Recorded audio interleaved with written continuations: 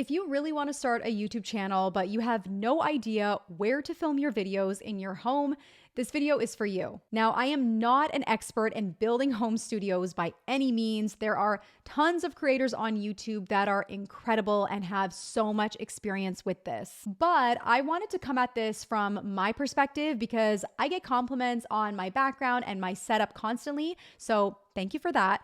But more importantly, my clients always tend to procrastinate filming their first batch of videos because they're not happy with how their space looks. So I want to simplify this process for you and help you set up a home studio by using my example. You honestly don't need more than $100 to make this work. So I'm going to break this down into a checklist you can follow and you'll have everything you need. First things first, if you're a business owner, then there's no point in making YouTube videos if they don't eventually lead to sales. So I made a free guide for you called the YouTube Lead System, where I show you how to convert your viewers into clients. You can grab that from the description box below. Okay, checklist item number 1 is choosing a space.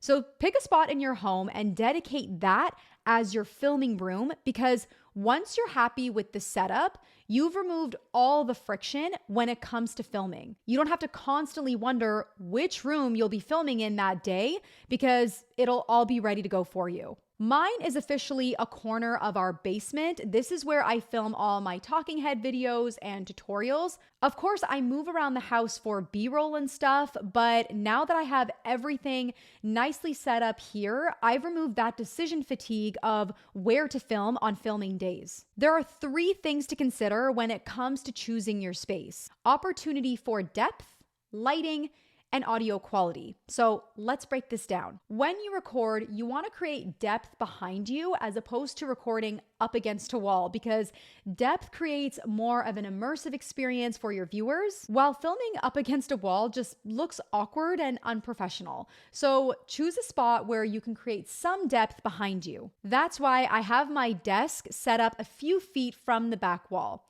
You also need to consider lighting. So if you don't want to invest in any lighting, then choose a space in your home with a window. My basement has a tiny window that does absolutely nothing for me, so I invested in softbox lighting, which I actually love because it comes in a set of 2, and I typically use both. I'll get into lighting more a little later in this video if you're interested in what I use to create this look. If I didn't have these lights, I would simply film in my living room because we have really big windows that bring in a lot of natural light, and I wouldn't need anything extra. And finally, you want to make sure the room you choose is quiet when you record. I love filming in the basement because it's typically pretty quiet down here. My husband can walk in and out of the house, have meetings upstairs, and you won't be able to hear him in the background. Whereas if I only filmed in our living room, I would have to strategically plan around his schedule or ask him to be incredibly quiet for a couple of hours until I'm done filming. So ideally, try to find a spare room or a little nook somewhere that you can have peace and quiet. Checklist item number 2 is decorating your space.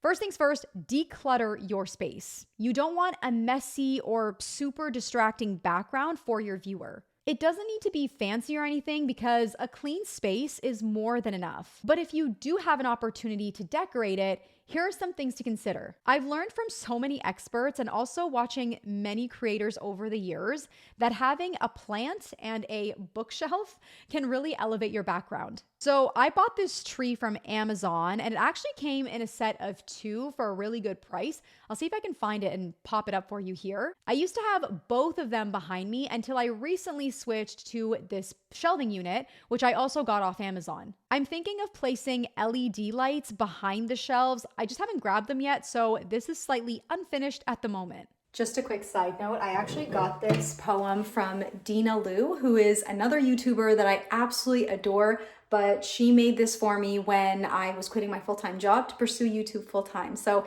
thank you, Dina. I absolutely love it, and it is now on my bookshelf. I like to create some symmetry or balance on both sides of the frame, and that's why I have the tree and the bookshelf on either side of me. If you have a blank wall, like I did behind me, try decorating it with some wall art to fit the theme you're going for. I actually grabbed these as digital downloads online because I couldn't find Paris-themed wall art at HomeSense in this size. So I downloaded them online, printed them myself, and grabbed these frames from IKEA. Checklist item number 3 is lighting. So let's talk a little bit more about lighting here.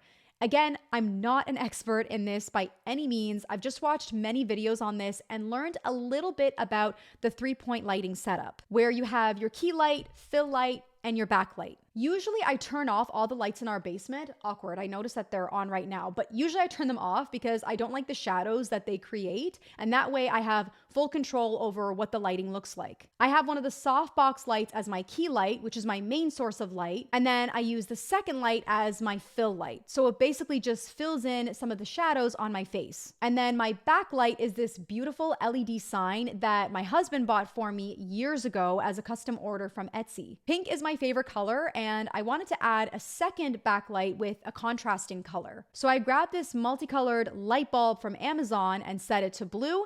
You can't see it in the frame, but it just casts a soft blue on one side, which I really like. And as you can see, I'm currently using old puzzle boxes to raise it slightly. If I get some LED strips for the bookshelf at some point, I don't think I'll need this bulb anymore. Again, you don't necessarily need any of these, especially if you're filming in a room with a lot of natural light coming in. Like, I wouldn't set these up anywhere personally if I was filming in my living room, for example. Finally, don't film up against a window if you can avoid that, because it creates a lot of shadow behind you. Always try to film in front of the window, and if you can angle it at around 45 degrees so it's not super harsh on your face, that's also ideal. Checklist item number 4 is audio. Audio actually matters a lot, so I don't recommend using the built-in microphone on your phone or your camera. Instead, get an external microphone that you can connect directly to your phone. I've mentioned the Pop Voice lavalier microphone before. That's around $20. That will work perfectly. However, if you don't want to be confined by the wire and be limited by how far you can record from your camera, you can grab a wireless microphone.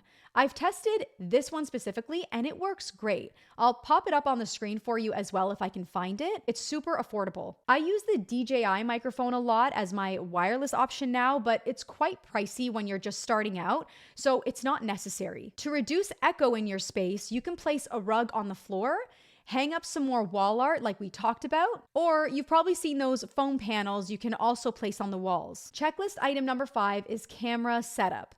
I use this tripod for my phone when I record. I've been using it for years and I absolutely love it. It's around $30 off Amazon and it's adjustable in many ways.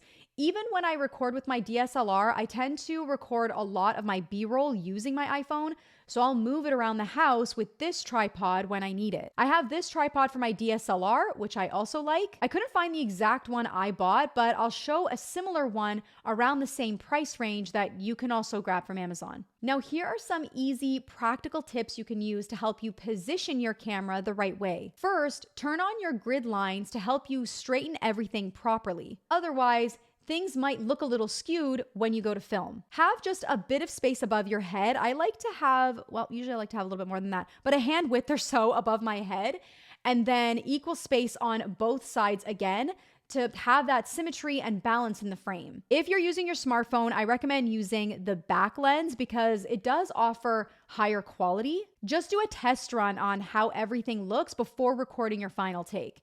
And then finally, go into your camera settings to see if your phone will record in 4K. If it does, you can choose 4K at 24 frames per second or 30 frames per second. Head over to this video next so I can help you determine what your first YouTube video should even be about. So I'll see you there.